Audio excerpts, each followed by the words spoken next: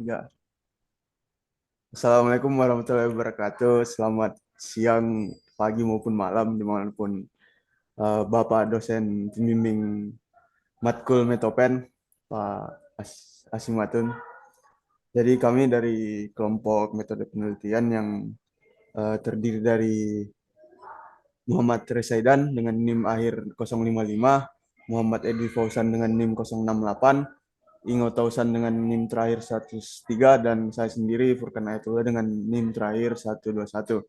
Nah, jadi pada uh, tugas metode penelitian kali ini yakni terkait mereview kasus-kasus pada jurnal, yang dimana pada kasus kali ini kami terfokus pada kasus penelitian Dongkling Li, di mana lebih jelasnya akan dijelaskan oleh rekan saya. Saya persilahkan.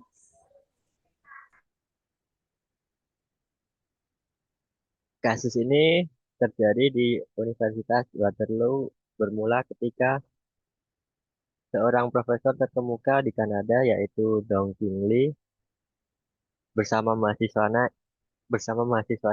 yaitu Yasman Daguji menerbitkan sebuah artikel ilmiah dengan judul Induced Charge Electrokinetic Phenomena pada tahun 2010.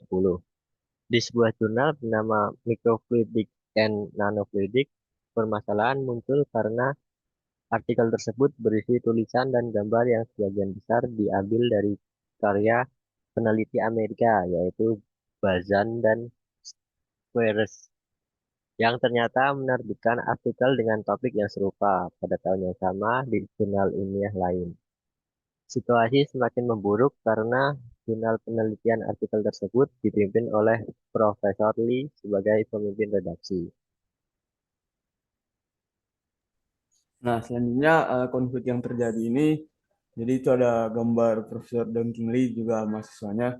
Nah, di mana Profesor Dong King Lee ini bukan hanya penulis artikel yang bersalah, tetapi juga menjabat sebagai editor in chief atau pemimpin redaksi dari jurnal Microfluid dan Nanofluidic tempat artikel itu diterbitkan. Jadi dalam sistem publikasi ilmiah yang sehat, setiap artikel itu harusnya melewati proses review yang ketat dan objektif.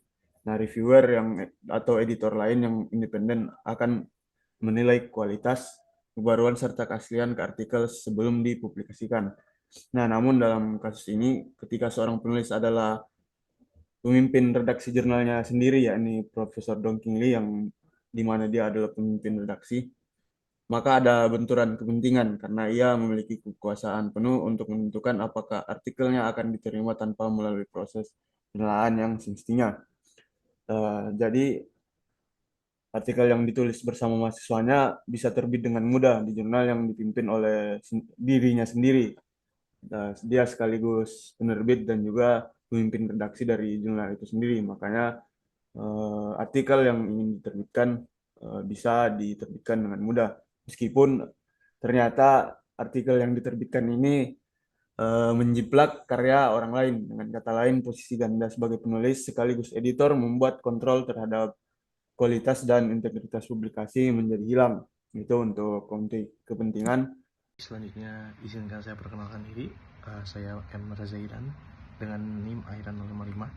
Selanjutnya, saya akan membahas temuan dan hasil investigasi yang dimana beberapa waktu lalu universitas tersebut menghadapi sebuah laporan penting yang adanya dugaan bahwa sebuah artikel ilmiah yang ditulis oleh seorang profesor bersama mahasiswa pasca sarjana ternyata memuat teks dan informasi yang mirip sekali dengan karya milik seorang profesor di Amerika Serikat.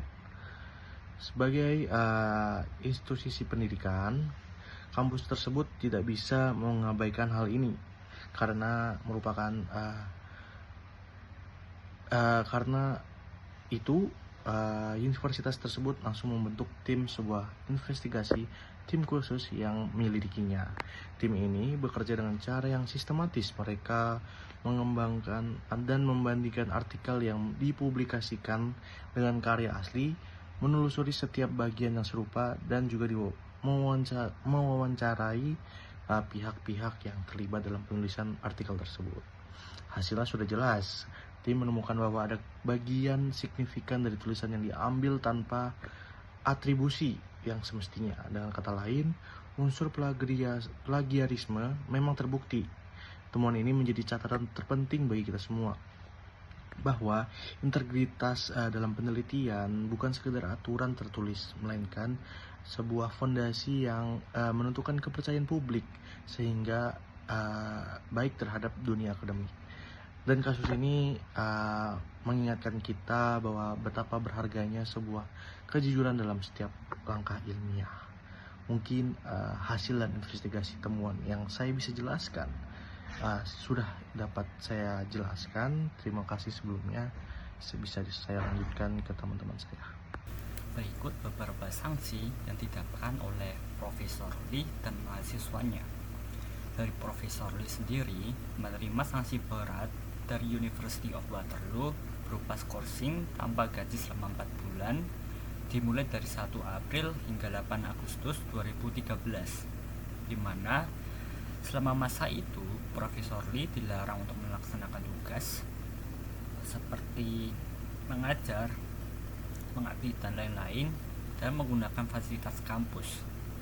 Keputusan ini diumumkan secara terbuka oleh pihak kampus atau universitas sebagai bentuk akuntabilitas publik. Selain itu, artikel ditulis bersama mahasiswanya ditarik dari jurnal. Sementara itu, sanksi dari mahasiswa yakni Yasaman Dakichi tidak diberi detailnya karena dilindungi oleh kebijakan Kanada dan internal kampus, sehingga hanya diketahui oleh pihak internal yang berwenang di lingkungan akademik.